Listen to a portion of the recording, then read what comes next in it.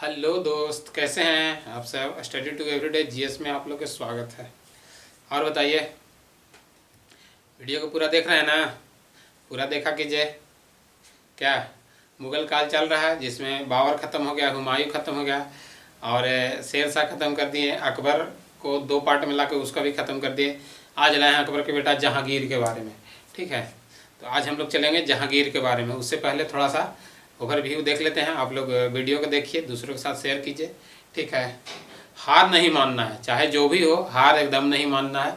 अंत अंत तक लड़ते रहना है, न कि हार मान के बैठ जाना है। इसलिए कुछ भी कीजिए, बस करते रहिए उसके बारे में।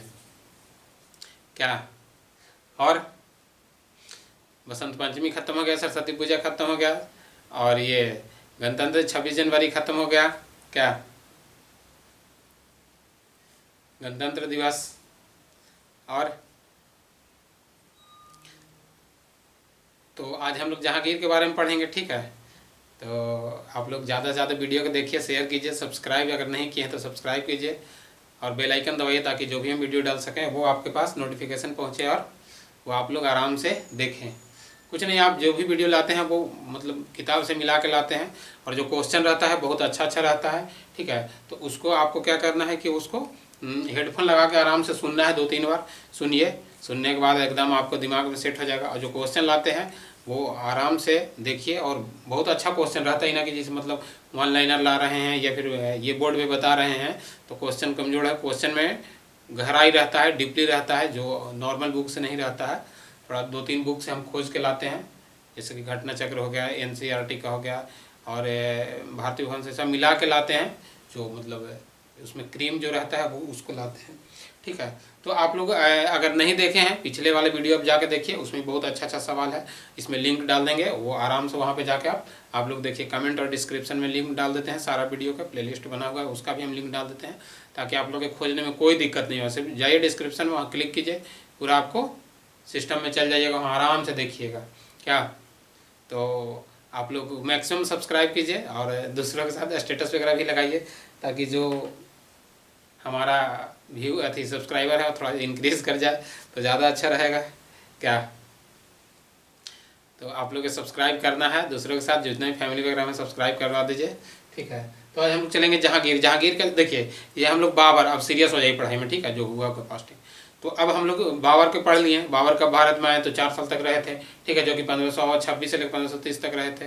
ठीक है, ऐसे तो बहुत बार आक्रमण थे। हुमायूं हुमायूं 2 बार रहे थे, जो कि ये 1530 से लेके क्या 30 से लेके 45 तक रहे थे। ठीक है, अथी 40 तक रहे थे। 40 के बाद फिर शेरशाह सूरी भगा दिए थे, और फिर शेरशाह सूरी भी रहे थे। इसके बाद फिर अकबर आए, जो 1605 से लेके अथी 1556 से लेकर 1605 तक रहे। इसके बाद फिर जहांगीर आए, जो 1605 से लेकर 1627 तक रहे थे। ठीक है, तो आज हम लोग जहांगीर के बारे में जानेंगे। ठीक है, तो आज हम लोग ओवरव्यू देख लेते हैं। और अगर अकबर वाले अगर नहीं देखें तो वो भी जाके आप लोग देख लीजिए, बहुत अच्छा अच्छा उसमें सवाल है। जैसे पानीपत का युद्ध, अकबर के समय में जो भी हुआ उद्योग वगैरह का, वो भी अपने सामाजिक में भी बहुत काम किए थे। ठीक है, तो ये सब है, वहाँ पे आप जाके देखिए। तो थोड़ा सा आज हम लोग चलते हैं जहांगीर के बारे में। ठीक है, तो जहांगीर का जन्म कब हुआ था। ठीक है, तो जहांगीर का जन्म कब हुआ, राज अभिषेक कब हुआ, तो इस सब के बारे में हम लोग जानेंगे। जहांगीर के शासनकाल को ही कहा जाता है क्या, ये चित्रकला का चरण उत्सव पर पहुंचा था, जो इस टाइम इन जहांगीर का बहुत अच्छा मतलब चित्र वगैरह था। ठीक है, इसके समय में ही जो मतलब कौन कौन जो मतलब हुए, जो चित्र बनाते थे। और ये कुछ लोग ऐसा भी थे कि जो मतलब ऐसा चित्र बनाते थे, आँख कोई और शरीर कोई और बनाता था, तभी जहांगीर पकड़ लेते थे। ठीक है, तो इनका जन्म हुआ 30 अगस्त 1559 को। ठीक है, का जन्म 69 को, 30 अगस्त 1569 ईस्वी को। ठीक है, पिता का नाम तो आप लोग जानबे करते हैं। ठीक है, और जोधाबाई इसकी माता का नाम था। इनका बचपन का नाम सलीम था। ठीक है, तो सलीम। ठीक है, देखिए राज अभिषेक कब हुआ था, तो इनका जो राज अभिषेक हुआ, तो राज अभिषेक हुआ 1605 ईस्वी में हुआ, आगरा में हुआ। ठीक है, 1605 में कहाँ हुआ, आगरा में राज अभिषेक। 1605 ईस्वी में कहाँ पे हुआ, आगरा में, आगरा शहर में। ठीक है, आगरा शहर में। देखिए इनको एक उपाधि दिया गया था, ये उपाधि के बारे में पूछता है कि मतलब किसके उपाधि दिया गया था नूरू, ठीक है, उपाधि दिया गया था नूरुद्दीन मोहम्मद जहांगीर बादशाह गाजी का, ठीक है, नूरुद्दीन मोहम्मद जहांगीर बादशाह गाजी का, ठीक है, बादशाह गाजी का जहांगीर को उपाधि दिया गया था, ठीक है। जहांगीर का विवाह किससे हुआ था, तो जहांगीर का विवाह तो हुआ था किसका, नूरजहां से, ठीक है। नूरजहां से जब हुआ तो नूरजहां के साथ जब हुआ तो ये नूरजहां फिर अपना शासन करने लगी, ठीक है। तो जो ये अपना शासन यानी नूर अथी पर की, ठीक है, जो कि बोल सकते हैं नूर गुट का स्थापना किया, नूरजहां गुट का, ठीक, उस गुट में मतलब सभी अपने भाई बहन माता पिता सबको उसमें शामिल कर दिया। और ये जो गुट था, जो ये गुट लंबा समय तक चला, ये 1527 तक चला, मतलब जब तक जहांगीर का शासन रहा तब तक चला, ठीक है। तो उसमें था कि मतलब जहांगीर का कोई अथी नहीं था, क्योंकि नूरजहां इतना सुंदर थी और वो अपने तरफ से मतलब शासन चला रहे थे अपनी तरीका से, ठीक है। तो वो भी बहुत सारा काम की थी, ठीक है। इनका विवाह किससे हुआ, नूरजहां से, ठीक हुआ,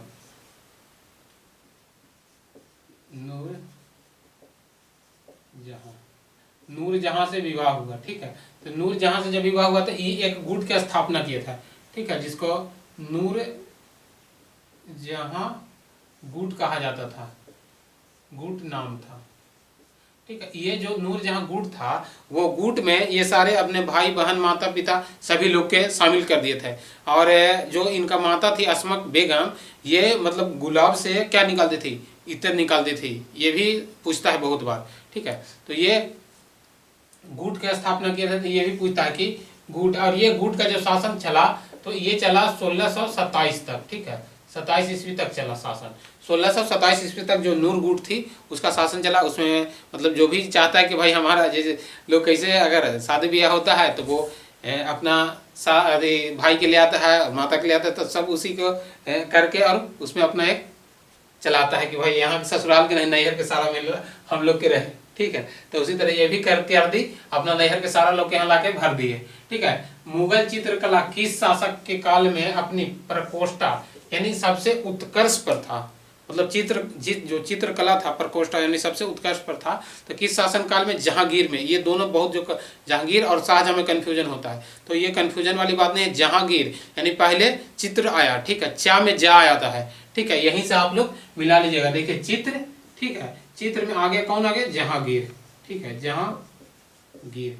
तो देखिए चा में ही जा आ रहा है, तो ये से कंफ्यूजन नहीं करना, ठीक है। अगर चित्र पूछेगा तो जहांगीर, ठीक है, शाहजहां नहीं, क्योंकि शाहजहां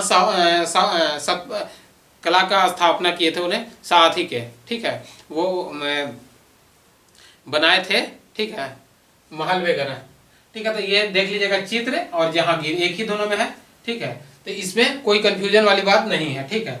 और देखिए जो जो सवाल मतलब और आगे जाके चलिएगा तो और ज़्यादा अच्छा रहेगा, ठीक है। तो ज़्यादा आप लोग इसी बात पर यानी सब्सक्राइब कीजिए चैनल को, ठीक है।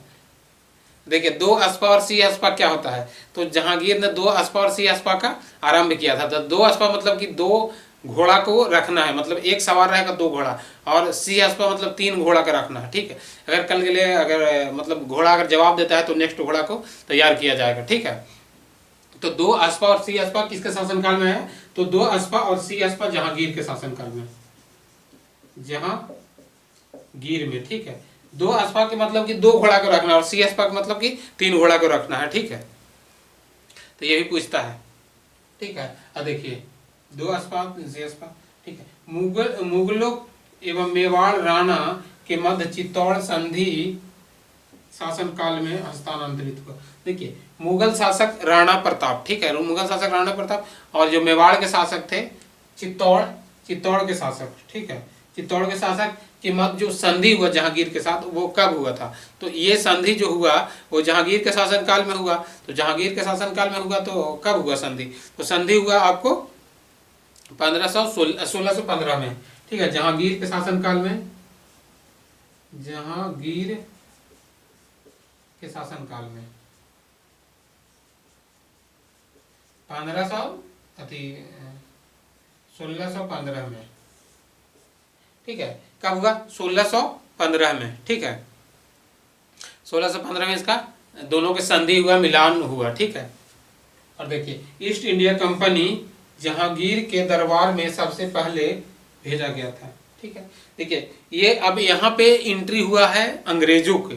ठीक है, जहांगीर के शासनकाल में ही अंग्रेजों को एंट्री हुआ, भारत में एंट्री हो रहा है। ठीक है, अब देखिए जो कंपनी गठन हुआ था ईस्ट इंडिया कंपनी, वो तो अकबर के शासनकाल में, जब यहाँ पे अकबर शासन कर रहे थे तब, और वहाँ पे महारानी एलिजाबेथ थी। ठीक है, जो कंपनी का गठन की थी, कब था? 1599 में। ठीक है, तो ये कब आए थे भारत में? 1608 में आए। ठीक है, जहांगीर के, वो तो जान रहे थे कि अकबर थे उस टाइम, लेकिन अकबर के मृत्यु हो गया था 1605 में, तो जहांगीर थे। तो जहांगीर के समय में ही ईस्ट इंडिया कंपनी का आगमन हुआ। ठीक है, ईस्ट इंडिया कंपनी का जहांगीर थी, जहांगीर के दरबार में सबसे पहले आने वाले कौन थे? तो ये कैप्टन हॉकिंस थे। ठीक है, विलियम हॉकिंस इनको बोल सकते हैं। ठीक है, विलियम हॉकिंस जो आए वो 1608 से लेकर 1611 तक आए। ठीक है, William Hawkins, William Hawkins, William Hawkins कब आए? 1608 से 1611 तक।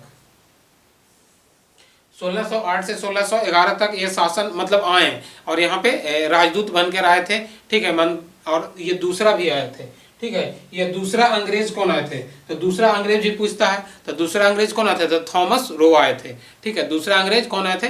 Thomas Roe. जो थॉमस रो आए थे, जो 1516 से लेकर 1519 तक रहे थे, 1515 से लेकर 1519 तक। दूसरा है थॉमस रो, थॉमस रो, जो ये आए 1515 से लेकर 1519 तक। ठीक है, 1500 देखिए 1615 से लेकर 1619 तक। ठीक है, 1615 से लेकर 1619 तक आए ये थॉमस रो। ये पूछता है कि जहांगीर, ये भी शिष्टमंडल के रूप में आए थे, ये दूसरा। ठीक है, किससे? शिष्टमंडल, शिष्टमंडल, ये दूसरा शिष्टमंडल भेजा गया था।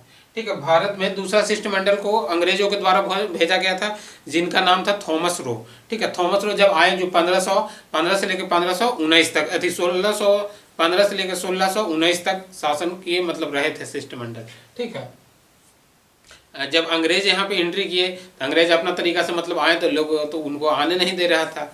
जब वो आए तो वो मतलब मुगल मिलने गए जहांगीर से, वो बात किए फारसी में। जब फारसी में बात किए तो वो भी प्रसन्न हो गए, खुश हो गए कि भाई ये जब फारसी में बात कर रहा है, तो फिर उनको मतलब अपने दरबार में रख लिया गया 400 मनसब देकर। ठीक है, और देखिए आगे, भारत में किस मुगल का मकबरा स्थित है? भारत में नहीं है। ठीक, देखिए मुगल का जो मकबरा है, जो बना हुआ है, जो मकबरा की मतलब कि जो पिरामिड है, जो उनके साथ मृत्यु में बनाया जाता है, वो भारत में नहीं है। तो किसका? वहाँ बाबर का मकबरा नहीं है और जहांगीर का नहीं है। ठीक है, तो किनको नहीं है? तो बाबर का मकबरा कहाँ है? बाबर का मकबरा आ जाएगा काबुल में। ठीक है, इनको आराम बाग में दफनाया गया था, लेकिन इनको फिर इच्छा था कि मतलब हमको काबुल में दफनाया जाए, तो इनका बेटा ले जाकर फिर काबुल में दफनाया। ठीक है, तो काबुल में इनको दफनाया गया। काबुल कहाँ? अफगानिस्तान में। ठीक है, और ये जहांगीर का मकबरा, जहांगीर का मकबरा कहाँ है? इनका जहांगीर का मकबरा है। ठीक है, जहांगीर का मकबरा, जहांगीर का मकबरा कहाँ आ जाएगा? लाहौर में। ठीक है,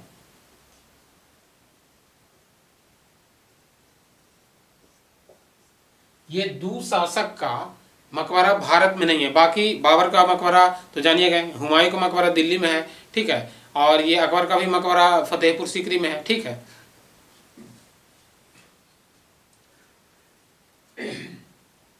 तो ये दो का मकबरा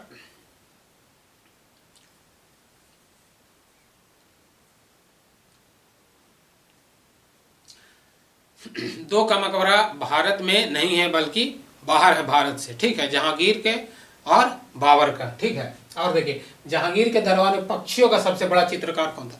जहांगीर के दरबार में जो मतलब चित्रकार तो यहाँ पे चरम उत्साह पर था, लेकिन अगर यहाँ पे पूछ रहा है कि जहांगीर के दरबार में पक्षियों का जो था बनाने वाले, वो सबसे मतलब कौन थे?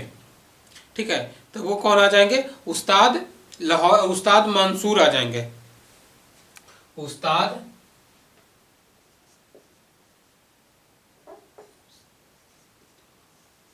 उस्ताद मंसूर, ठीक है। जो उस्ताद मंसूर थे, जो ये मतलब चित्र बनाते थे पक्षी के, कि जैसे लगता था कि एकदम बोल पड़ा पक्षी, ठीक है। तो ये जो मंसूर थे वो जहांगीर के दरबार में पक्षियों का सबसे बड़ा चित्रकार थे, यानी इनसे सुंदर मतलब कोई बनाता ही नहीं था। किनसे? उस्ताद मंसूर से, ठीक है। तो उस्ताद मंसूर जो थे वो बहुत बड़ा पक्षी के चित्रकार थे। ये पूछता है कि सबसे बड़ा पक्षी का चित्रकार कौन थे, तो मंसूर थे, ठीक है, उस्ताद मंसूर, ठीक है। और देखिए किसने मुगल बादशाह ने अपनी आत्मकथा फारसी में लिखा। देखिए जो पूरा मुगल बादशाह था, इसमें एक ऐसा बादशाह थे कि जो फारसी में अपने आत्मकथा को लिखे, कि जैसे मान लीजिए कि बाबर लिखे थे, तो बाबरनामा लिखे थे, लेकिन वो किस भाषा में लिखे थे? तुर्की भाषा में लिखे थे, ठीक है। फिर उसको फारसी में अनुवाद कराया खाना खान द्वारा। लेकिन फिर जैसे हुमायूं का मकबरा हुमायूं का भी है, हुमायूं नामक गुलबदन बेगम के द्वारा लिखा गया है, तो वो भी फारसी में नहीं है, ठीक है। तो किसका बादशाह अपने आत्मकथा को फारसी में लिखा है, ठीक है। किसने? मुगल बादशाह था, मतलब मुगल बादशाह में आते हैं कि जो फारसी में अपना आत्मकथा को लिखे थे, तो जहांगीर जो है कि फारसी में लिखे थे, ठीक है। जहांगीर का कौन सा था? तो तुजुके जहांगीरी, ठीक है। कौन था? तुजुके जहांगीरी, जहांगीरी।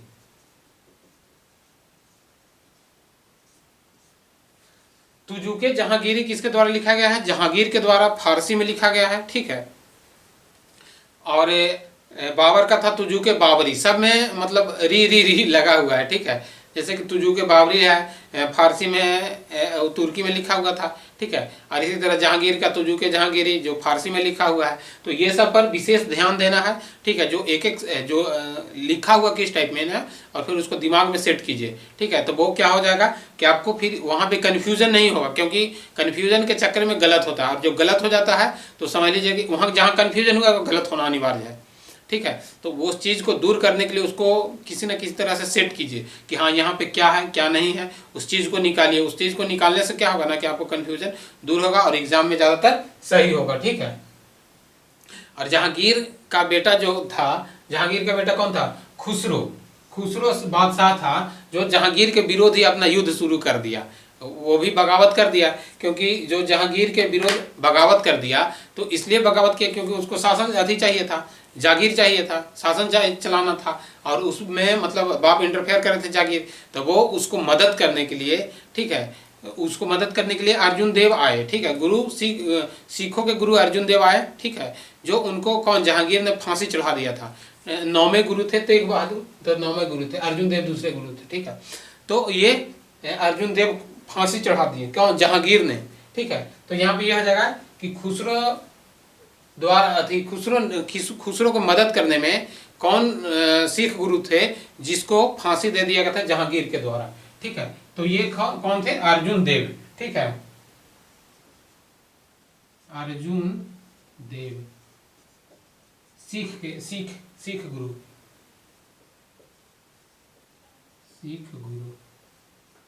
गुरु अर्जुन देव थे, ठीक है, जिनको जहांगीर ने फांसी दे दिया था। अब फांसी देने का वजह था क्योंकि वो उसके बेटे का मदद कर रहे थे युद्ध में, ठीक है। इस गुस्से में आके और उनको फांसी दे दिया गया, ठीक है।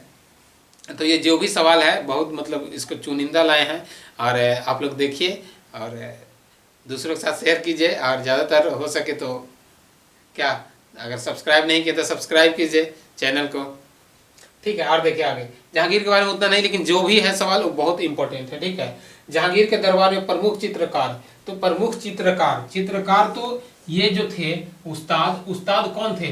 तो पक्षी के चित्रकार थे, ठीक है। तो उस्ताद किसका थे? पक्षी के चित्रकार थे। और अबुल एक हसन थे, जो अबुल हसन थे वो भी चित्रकार थे, तो वो सारे चीज को बना देते थे। अबुल हसन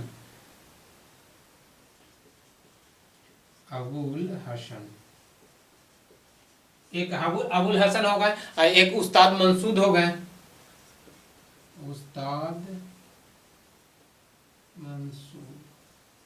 ठीक है, उस्ताद मंसूद हो गए। दो चित्रकार थे, एक पक्षी के लिए और एक, देखिए ये जहांगीर भी ऐसा थे ना, मतलब ये भी बहुत मतलब पढ़े लिखे थे और समझदार थे कि मतलब अगर एक चित्र को 2-3 मिलकर अगर बनाए हैं तो वो बता देंगे कि कौन सा चित्रकार क्या बनाए हैं। ठीक है, आँख कौन बनाया है, नाक कौन बनाया है, शरीर कौन बनाया है, बॉडी का स्ट्रक्चर कौन बनाया है, वो मतलब सभी को इतना अच्छा से मतलब जानते थे, पहचानते थे कि कौन सा चित्रकार इसमें क्या कारीगरी किया है।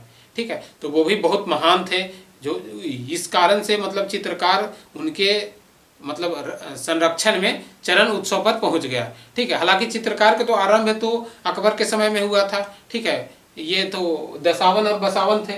ठीक है, तो दसावन और बसावन थे जो चित्रकार के समय, अकबर के समय में हुआ। वहीं पे मतलब फैक्ट्री अथी लगाया गया था, उद्योग लगाया गया था ताकि उसको स्टार्ट किया गया था। ठीक है, और देखिए ये हो गया आगरा में इत्माउद्दौला मकबरा का बनवाया था। देखिए इत्माउद्दौला मकबरा कहाँ स्थित है, तो आगरा में स्थित है। ठीक है, तो ये किसने बनवाए थे, तो ये बनवाने वाले कौन थे, तो नूरजहां थी। ठीक है, नूरजहां थी, और नूरजहां अपने मतलब पिता के याद में ये बनवाए थे। ठीक है, अपने पिता के याद में, और इनको बनवाने में इत्माउद्दौला मकबरा 1622 से लेके 28 ईस्वी तक समय लग गया था। ठीक है, 1622 से लेके 1628 तक इत्माउद्दौला मकबरा को बनाने में लग गया था। ठीक है, उनका पिता का नाम क्या था, तो मिर्जा गयास बेगम। ठीक है, मिर्जा गयास नाम था, पिता का नाम क्या आ जाएगा, मिर्जा गयास। ठीक है, मिर्जा गयास। ठीक है, पिता का नाम आ जाएगा क्या, मिर्जा गयास।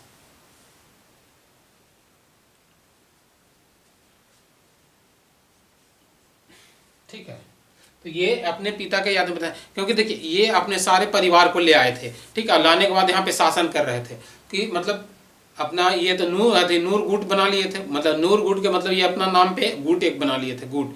ठीक है, तो वो गुट में मतलब सभी को शामिल कर लिए थे, और जब शामिल कर लिए तो वहाँ से फिर अपना शासन संचालित करने लगे, चलाने लगे। ठीक है, तो ये बहुत तेज थी। अब गुलाब से इत्र निकालने की विधि, ठीक है, गुलाब से इत्र निकालने की विधि विकसित किया। तो गुलाब से इत्र निकालने की विधि किसने विकसित किया, तो अस्मत बेगम ने। ठीक है, अस्मत बेगम कौन थी, तो अस्मत बेगम नूरजहां की माँ थी। ठीक है, अस्मत बेगम कौन थी, अस्मत बेगम नूरजहां की माँ थी। ठीक है, नूरजहां की माँ थी अस्मत बेगम। ठीक है, ठीक है, देखिए नूरजहां की माँ अस्मत बेगम थी जो कि गुलाब से इत्र निकालती थी। ये भी बार बार पूछता है। ठीक है, तो आज जो भी जहांगीर के था वो सवाल बहुत इंपॉर्टेंट था। ठीक है, ये जो लाए हैं इसको अगर आप यहाँ तक बने हुए हैं तो मेरा रिक्वेस्ट है कि आप इस वीडियो को थोड़ा आप ग्रुप में शेयर कर दीजिए, ताकि मेरा जो भी है फैमिली थोड़ा इंक्रीज कर जाए, बढ़ जाए। आप लोग के मेरा रिक्वेस्ट से आप लोग थोड़ा इतना मदद कर सकते हैं अगर अभी तक देख रहे हैं तो। ठीक है, मैक्सिमम हम लोग की फैमिली को बढ़ाइए। देखिए एक बार हम थोड़ा ऑल ओवर रिवाइज करवा देते हैं। ठीक है, जन्म इनको 30 अक्टूबर 1569 को हुआ। ठीक है, और जब ये गद्दी पर बैठे, ये बैठे 1605 में। ठीक है, जब 1605 इसमें आगरा में शपथ लिए थे। इनका देखिए ये पूछता है कि नूर मोहम्मद जागीर बादशाह गाजी के उपाधि धारण किए थे जहांगीर के द्वारा। ठीक है, और ये जब विवाह किए थे नूरजहां से, नूरजहां एक गुट बनाए थे जिसका गुट का प्रभाव पूरे मतलब जब तक शासनकाल जहांगीर के रहा तब तक उनका प्रभाव रहा। और प्रभाव की वजह से क्या हुआ कि वो फिर मतलब अपने तरीक़ा से शासन चालू किए। ठीक है, और इसी बीच बताइए कि पेट अथी किसे कहा जाता है। ठीक है, गुलाम चित्रकला में, चित्र के शासनकाल में सबसे प्रकोष्ठा पर किसके शासनकाल में था, जो चित्र बनाने का प्रथा था वो सबसे अधिक किसके शासनकाल में था, तो जहांगीर के शासनकाल में सबसे अधिक चित्रकला पर चला। ठीक है, और देखिए द्विअस्पा और सी अस्पा बार बार पूछता है कि द्विअस्पा और सी अस्पा किसके द्वारा चलाया गया था, तो ये जहांगीर के द्वारा चलाया गया था। ठीक है, तो द्विअस्पा में 2 घोड़ा रखना और सी अस्पा में 3 घोड़ा रखना है, ताकि वो आगे अगर खराब हो जाए तो फिर उसको चलाया जा सके। ठीक है, और इसके बीच संधि हुआ था 1615 में। ईस्ट इंडिया कंपनी का आगमन हुआ था, जो कि ईस्ट इंडिया कंपनी जो आए थे भारत में, सबसे पहले कौन आए थे, विलियम हॉकिंस आए थे, जो कि 1608 से लेकर 1611 तक रहे थे। ठीक है, विलियम हॉकिंस। दूसरे आए थे थॉमस रो आए थे, जो कि 1615 से लेकर 1619 तक रहे थे। ठीक है, इसके शासनकाल में। और देखिए भारतीय बादशाह देखिए कौन ऐसा थे कि जिनका मकबरा जो भारत में नहीं था, तो ये आ जाएंगे कि बाबर और जहांगीर आ जाएंगे, ठीक है। ये दोनों का मकबरा बाहर से भारत था, ठीक है। बाकी काबुल और जहांगीर जो, और देखिए जहांगीर के दरबार में पक्षियों का ये देख लीजिएगा उत्सव, उस्ताद मंसूर आ जाएंगे, ठीक है। किसके, मुगल बादशाह ने अपनी आत्मकथा फारसी भाषा में लिखा था। देखिए फारसी और तुर्की ये दोनों कन्फ्यूजन वाली सवाल है, इस दोनों को बढ़िया से आप लोग समझ जाइएगा, ठीक है। और देखिए जहांगीर के द्वारा, और देखिए ये जहांगीर के दरबार में प्रमुख चित्रकार कौन थे, तो उस्ताद अबुल हसन, ठीक है। तो ये रहा अगला, और ठीक है। तो आप लोग देखिए, दूसरों के साथ शेयर कीजिए। वीडियो देखने के लिए धन्यवाद।